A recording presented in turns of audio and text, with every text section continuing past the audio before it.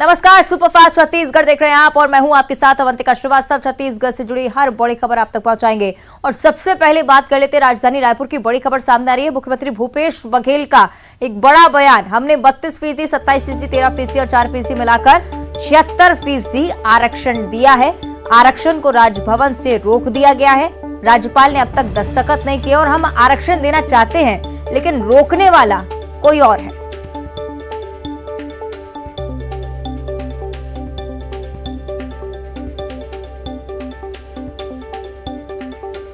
अनुसूचित जाति जनजाति के जतका जनसंख्या है ओकर अनुरूप ओकर आरक्षण मिलना चाहिए और ओकरे अनुरूप 2011 के जो सेंसस है तेकर आधार पे हमारा 32% अनुसूचित जनजाति ला और 13% अनुसूचित जाति ला दे।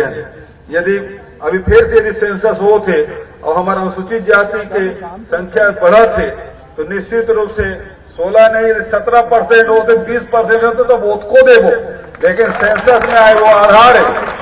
अगर कि बिना आधार के कोई फैसला करवो तो हाई कोर्ट है, सुप्रीम कोर्ट है, रोक लगाते। वैसे भी अभी देखा था तुम्हारा विधानसभा में पारित कर दे 32, 13, 27 और 4 ये 76% के विधानसभा में हम पारित करें, लेकिन राजभवन में रोके बैठे। 2 तारीख के प्रस्ताव है, आज 18 तारीख है, लेकिन अभी तक के राज्यपाल दस्तखत नहीं करा था। एक मतलब क्या है कि हम तो देना चाहते लेकिन रुकैया कोई और है। तो देखिए, आरक्षण को लेकर लगातार सियासी घमासान बढ़ता जा रहा है। कृषि मंत्री रविंद्र चौबे ने भी बीजेपी को घेरा है। रविंद्र चौबे ने बीजेपी पर आरोप लगाया कि राजभवन को सियासी अखाड़ा बीजेपी बना रही है, ऐसा ना करे बीजेपी। रविंद्र चौबे ने यह भी कहा कि मामले को लंबित राजभवन ना करे। रविंद्र चौबे ने यह भी कहा कि मामले को लेकर राजभवन को एक्शन लेना चाहिए। भारतीय जनता पार्टी राजभवन को किस तरीके से राजनीति का अखाड़ा बनाने की कोशिश कर रहे हैं, छत्तीसगढ़ की जनता इसको देख रही है। आने वाले अभी शीतकालीन हमारा सत्र है, अभी इस संदर्भ में क्या कुछ किया जा सकता है। उस सबके बावजूद कल माननीय मुख्यमंत्री जी ने कहा कि लंबे समय तक राजभवन में विधेयक लंबित नहीं रहना चाहिए। और रायपुर से एक और बड़ी जानकारी सामने आ रही है। आरक्षण पर सियासत एक तरफ लगातार हो रही है और दूसरी तरफ राज्यपाल का दिल्ली दौरा। आपको बता दें कि राज्यपाल अनुसुईया उइके आज रात 8 बजे रवाना होंगी। कुछ ही देर का इंतजार और है, उसके बाद राज्यपाल अनुसुईया उइके दिल्ली के लिए रवाना हो जाएंगे। संशोधन विधेयक को लेकर कल राष्ट्रपति से मुलाकात करेंगे राज्यपाल। विधेयक पर राज्यपाल के हस्ताक्षर नहीं होने से सियासत भी लगातार प्रदेश में बढ़ रही है। राज्य सरकार ने 76% आरक्षण के साथ पारित किया है संशोधन विधेयक और उसको लेकर अब लगातार राज्यपाल सलाह ले रही हैं और माना जा रहा है कि राज्यपाल जब राष्ट्रपति से मुलाकात करेंगी तो आरक्षण को लेकर चर्चा होगी।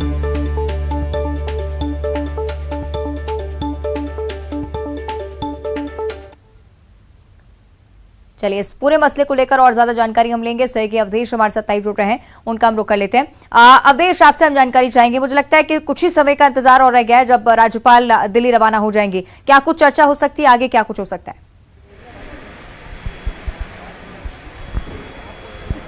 बिल्कुल, देखिए, छत्तीसगढ़ में आरक्षण की पेच फंसी हुई है। राज्य सरकार बकायदा विशेष सत्र के जरिए उन्होंने आरक्षण पर एक संशोधन विधेयक लाया। उसमें 76% कुल आरक्षण का प्रावधान किया गया, जिसको लेकर प्रदेश में पहले तो जम के सियासत हुई और तमाम सियासत के बीच में राज्यपाल का 3 दिसंबर को एक बयान आता है कि सोमवार को वो इस विधेयक पर संभवतः हस्ताक्षर कर देंगी, क्योंकि विधिक सलाह जो है वो ले रही है।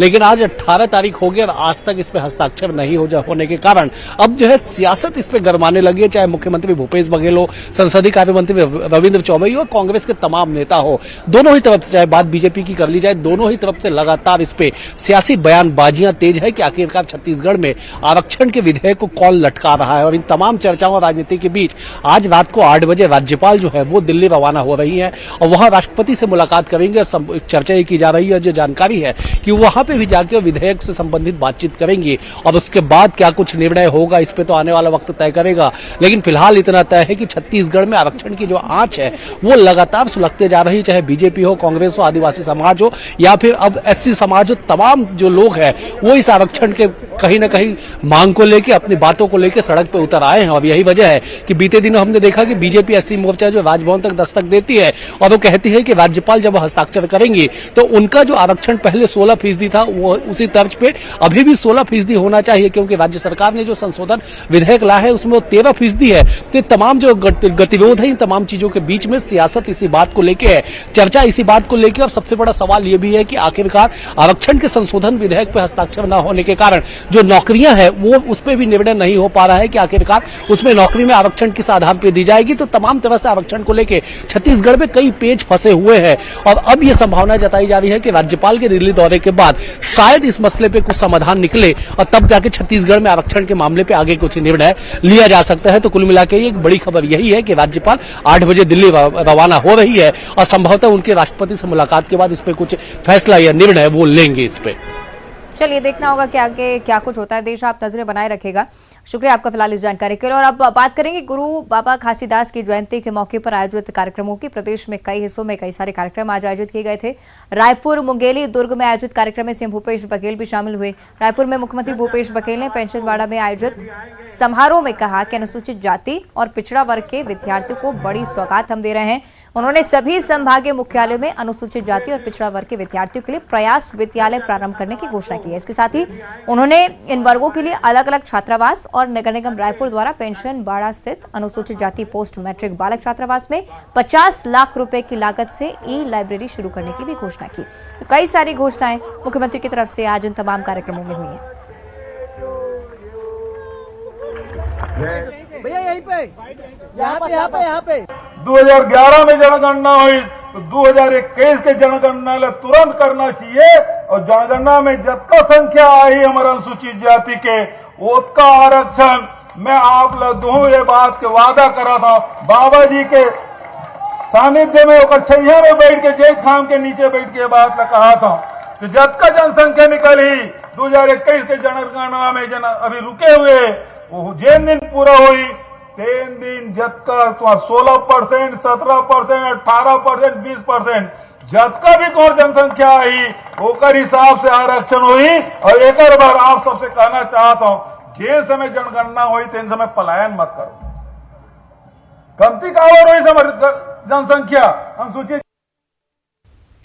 और अब रायपुर से बड़ी जानकारी। मुख्यमंत्री भूपेश बघेल की नई घोषणा सामने आ चुकी है। राज्य के नागरिकों को एक तोहफा माना जा रहा है। मुख्यमंत्री मितान योजना के तहत अब घर बैठे पैन कार्ड भी बन पाएगा। तो छत्तीसगढ़ सरकार के 4 साल पूरे होने पर उपहार के तौर पर इसे देखा जा रहा है। बस एक फोन करने पर आपके घर पर मितान पहुंचेंगे। टोल फ्री नंबर 14545 पर आप फोन करके सीधे इस सुविधा का लाभ उठा सकेंगे। नागरिकों को पैन कार्ड बनवाने के लिए बाहर जाने की अब बिल्कुल जरूरत नहीं है, परेशान होने की जरूरत नहीं है। राज्य के 14 नगर निगम में मुख्यमंत्री मितान योजना का लाभ पहले से ही मिल रहा है।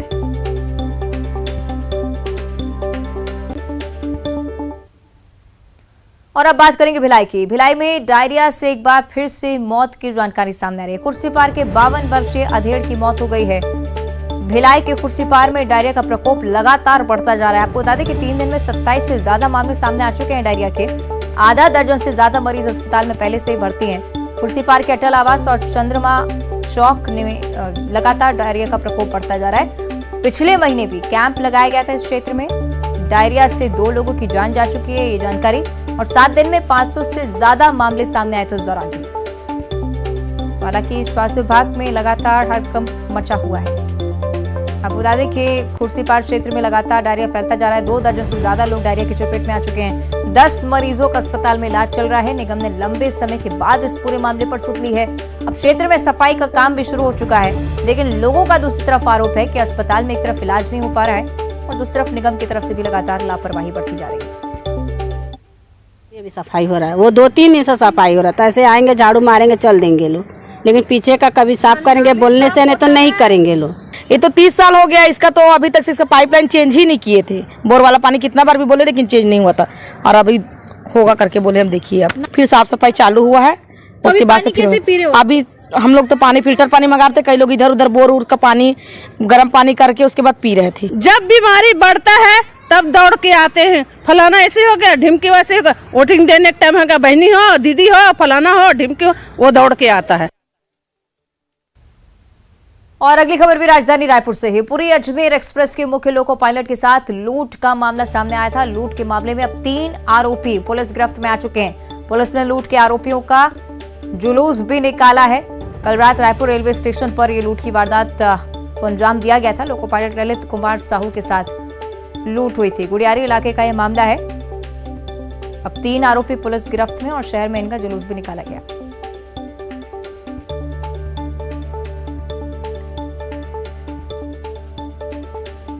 तो तस्वीरें आप देख रहे हैं उस समय की जब पुलिस ने इन तीनों आरोपियों को गिरफ्तार किया। उस शहर भर में जुलूस भी निकाला गया, जिससे इस तरह की वारदातों को अंजाम देने से बदमाश घबराए, उनमें खौफ आए कानून का। लोको पायलट से लूट की वारदात को अंजाम दिया गया था और उसी के 3 आरोपी अब पुलिस ने गिरफ्तार कर लिए हैं। कानूनी कार्रवाई भी आगे लगातार जारी। और अब बिलासपुर से बड़ी खबर है। ड्राई डे के दिन शराब की अवैध बिक्री हुई है। ज्यादा कीमत पर शराब बेचने पर कार्रवाई की जा रही। पुलिस ने युवक को गिरफ्तार भी कर लिया है। टिकरापारा खटीक से युवक को गिरफ्तार करने में सफलता हासिल की है पुलिस ने। जब्त शराब की कीमत करीब 83,000 रुपए है। कोतवाली पुलिस ने इस कार्रवाई को अंजाम दिया।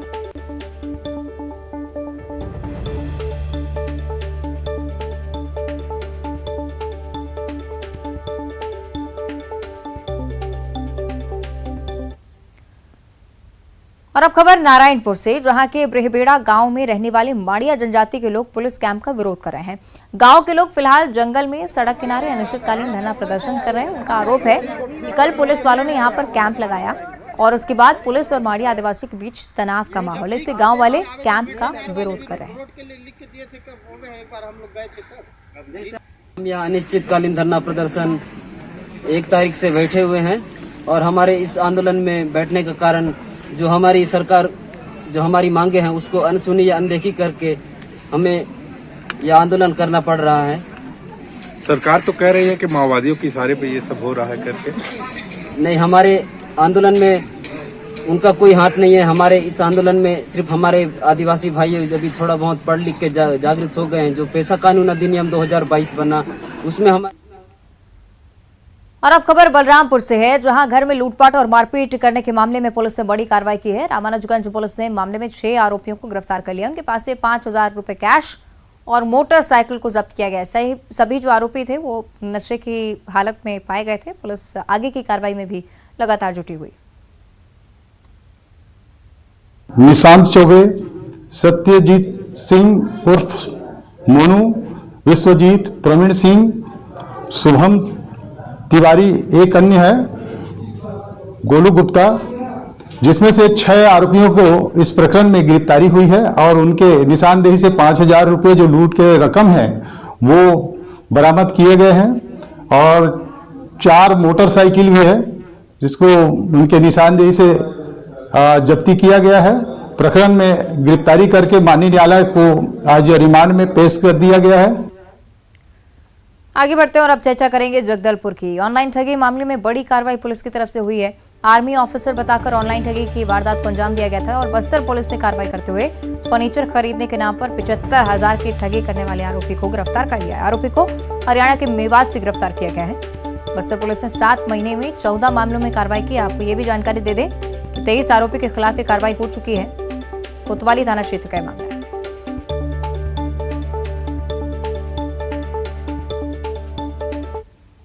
कुछ इस प्रकार से है कि प्रार्थी को एक फ़ोन आया और उसमें जो आरोपी है उसने अपने आप को आर्मी का ऑफिसर बताया और साथ ही यह बताया कि उनका फैमिली नया यहाँ जगदलपुर शिफ्ट हुआ है और उन्हें फर्नीचर की आवश्यकता है। प्रार्थी का फर्नीचर का शॉप है और इसलिए उनसे कैटलॉग मांगा गया व्हाट्सएप पर। कैटलॉग देखने के उपरांत पेमेंट के नाम से उनसे QR कोड शेयर करके OTP मांगा गया और OTP शेयर करने के बाद उनके खाते से 75,000 रुपये का ट्रांजैक्शन हो गया। पुलिस लाइन में पदस्थ निरीक्षक दिलबाग सिंह के नेतृत्व में हरियाणा भेजी गई थी और वहां के मेवात जिले से आरोपी इरशाद मोहम्मद को गिरफ्तार किया गया है और साथ ही उनके विरुद्ध में कानूनी कार्रवाई की जा रही है। और अब खबर सुकमा से, जहां नक्सली मोर्चे पर तैनात सुरक्षा बल के जवान न सिर्फ आदिवासी ग्रामीणों को सुरक्षित कर रहे हैं बल्कि बखूबी मदद भी कर रहे हैं। सुकमा के पोटकपल्ली गांव में एक गर्भवती महिला को अचानक से प्रसव पीड़ा होने लगी और उसके बाद जवानों ने गर्भवती महिला का पहले कैंप के डॉक्टर से प्राथमिक उपचार करवाया और उसके बाद उसे अस्पताल पहुंचाया गया। ग्रामीणों ने गांव से गर्भवती को पहले खाट पर लादकर गाड़ी तक पहुंचाया, जिसके बाद गाड़ी से 70 किलोमीटर दूर भद्राचलम अस्पताल लाया गया और यहाँ पर महिला ने स्वस्थ बच्चे को जन्म दिया है। अगर समय से इलाज नहीं होता तो महिला की जान भी जा सकती थी और जवानों की इस मदद के बाद लोग उनका आभार व्यक्त कर रहे हैं।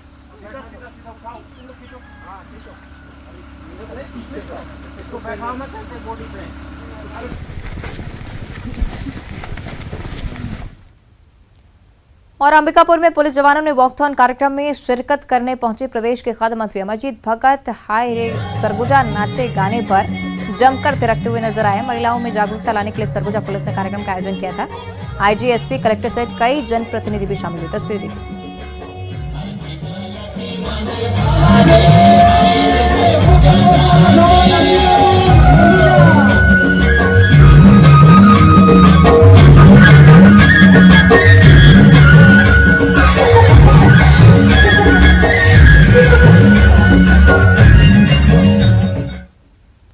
और छत्तीसगढ़ की हसीन वादियों को बड़े पर्दे पर दिखाने को लेकर सरकार लगातार प्रयास कर रही है। इसी कड़ी में छत्तीसगढ़ सरकार के फिल्म पॉलिसी सलाहकार गौरव द्विवेदी ने बॉलीवुड अभिनेत्री उर्मिला मातोंडकर से मुंबई में मुलाकात की और इस दौरान उन्होंने एक्ट्रेस को राज्य के गमछा भी भेंट किया, छत्तीसगढ़ आने का न्योता दिया है और इस प्रस्ताव को अभिनेत्री ने स्वीकार भी कर लिया है, जिससे कयास लगाए जा रहे हैं कि अभिनेत्री जल्द ही छत्तीसगढ़ की धरती पर आकर फिल्म की शूटिंग कर सकती हैं। और छत्तीसगढ़ के राज्य के पशु वन भैंसों के संरक्षण को लेकर लगातार प्रयास किए जा रहे हैं और इस बीच बीजापुर के इंद्रावती टाइगर रिजर्व में 6 वन भैंसों के झुंड को देखा गया है। दरअसल वन भैंसें विलुप्त होती प्रजातियों में से एक है और ऐसे में इसे संवर्धन की कोशिशों के बीच ये अच्छी खबर मानी जा रही है।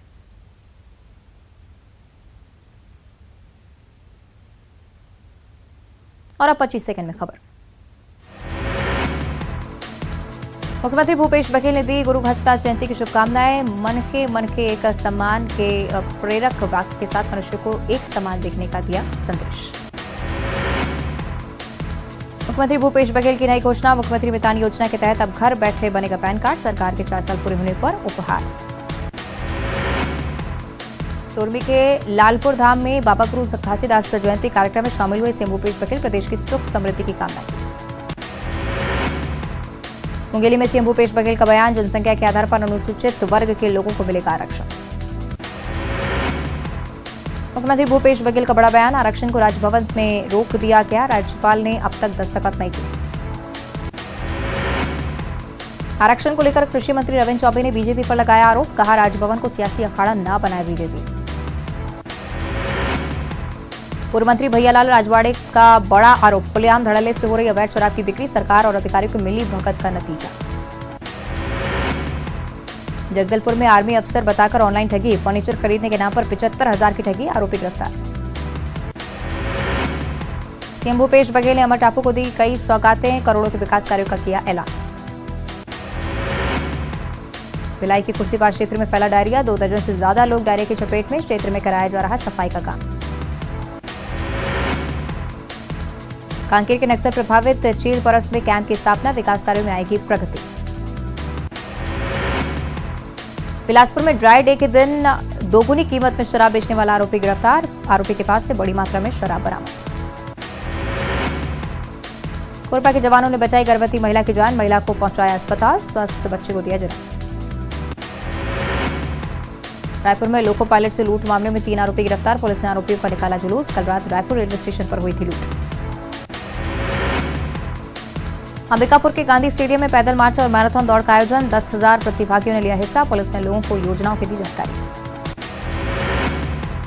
बिलासपुर में तेज रफ्तार ट्रक ने ली एक युवक की जान, घटनास्थल पर बाइक सवार की मौत। बलरामपुर में लूट और मारपीट मामले में बड़ी सफलता, 6 आरोपी गिरफ्तार, आरोपी के पास से कैश और बाइक बरामद।